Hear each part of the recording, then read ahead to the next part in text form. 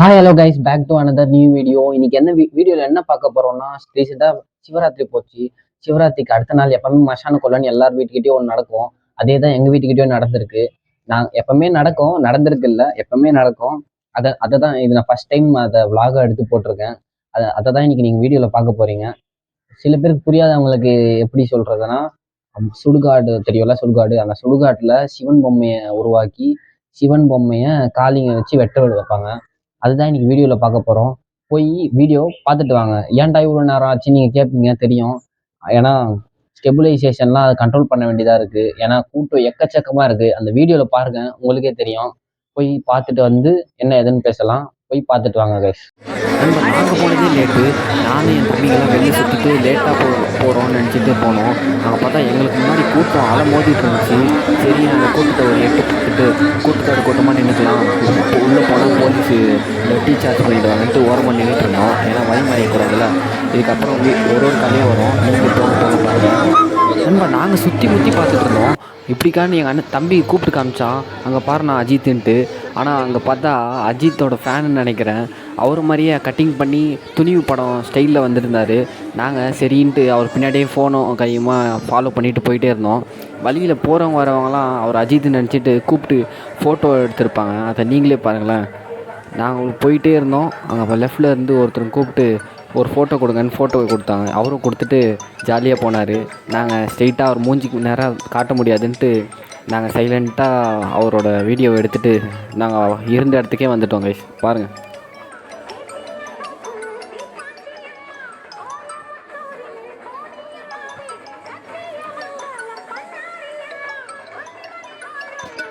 அதுக்கப்புறம் முதல் சாமியை வண்டியில் கொண்டு வந்தாங்க. நாங்களும் அதை பார்த்துட்டு கும்பிட்டு சைலண்ட்டாக ஓரமாக நின்றுட்டு இருந்தோம். எங்களுக்கு மெயின் வேணே காளி எப்போ வரும் தான், அதுக்காக வெயிட் பண்ணிகிட்டு இருந்தோம். இது ஆன அடுத்த நிமிஷமே காளி பின்னாடியே ஆரம்பிச்சிருச்சு. இந்த சாமி ஸ்ட்ரெயிட்டாக மஸ்தானுக்கு வந்து போயிடும். அதாவது மஸ்தான் இந்த பெங்களூரில் மஸ்தான் தான் சொல்லுவாங்க.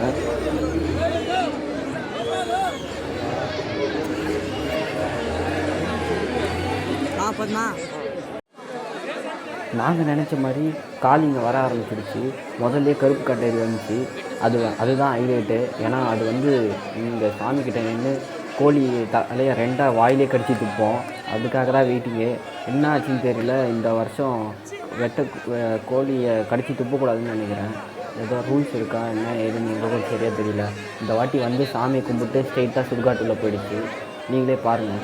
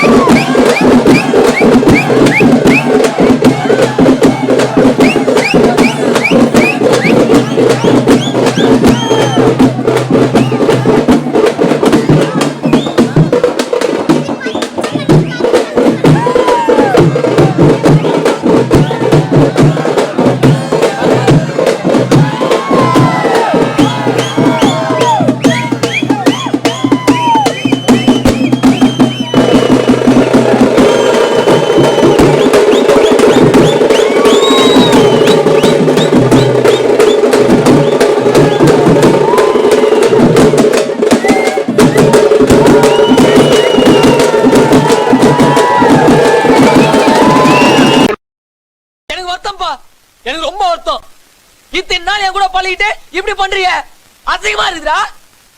நீ நியாயமா என்னடா பண்ணும்? Please subscribe.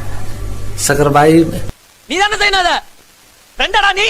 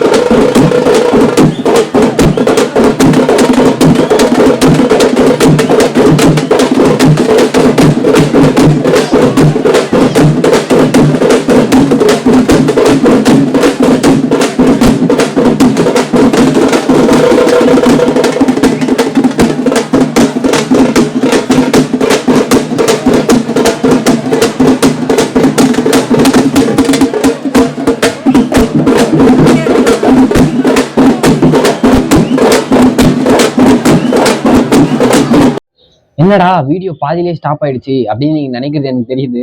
ஏன்னா இது ஃபுல் வீடியோ போட்டால் 35 மினிட்ஸ் 45 மினிட்ஸ் தாண்டி தான் கைஸ் போவோம். இது மினிமம் 15 போடலான்னு இருக்கிறேன். ஏன்னா பார்ட் 1 பார்ட் 2 அந்த கணக்கில் எடுத்தால் தான் வேலைக்கு ஆகும். இது பார்ட் 1 எடிட் பண்ணுறதுக்கே ஸ்டெபிலைசேஷன் கரெக்டாக வந்திருக்குன்னு நம்புகிறேன். ஸ்டெபிலைசேஷன் எப்படி இருக்குன்னு மறக்காம கமெண்ட்லேயும் சொல்லுங்கள். நான் பார்ட் 2 அடுத்த நாள் காலையிலேயே போட்டுடுறேன். அதையும் பாருங்கள். மறக்காமல் லைக் பண்ணி ஒரு கமெண்ட் பண்ணிட்டு போங்க. அவ்வளோதான் கைஸ், சொல்கிறதுக்கு வேறு ஒன்றும் இல்லை. இது பார்ட் 1 பார்ட் 2 சீரீஸ் மாதிரி போட்டுட்டு அதுக்கப்புறம் 10 to 15 டேஸ்க்கு அப்புறம் தான் நம்ம சேனலில் வீடியோ வரும். அப்போ பார்த்துக்குங்க. சரி கைஸ், பார்ட் 2ல் சந்திக்கலாம். Bye guys. அப்புறம் கைஸ், ஒன்று சொல்ல மறந்துட்டேன். வீடியோ இதோட முடிஞ்சுன்னு நினச்சிடாதீங்க. பார்ட் 2ல் சந்திக்கலாம்னு சொல்லியிருப்பேன். அதுவும் இல்லாமல் அதுவரை உங்களிடமிருந்து விடைபெறுவது விடைபெறுவது உங்கள் நான்.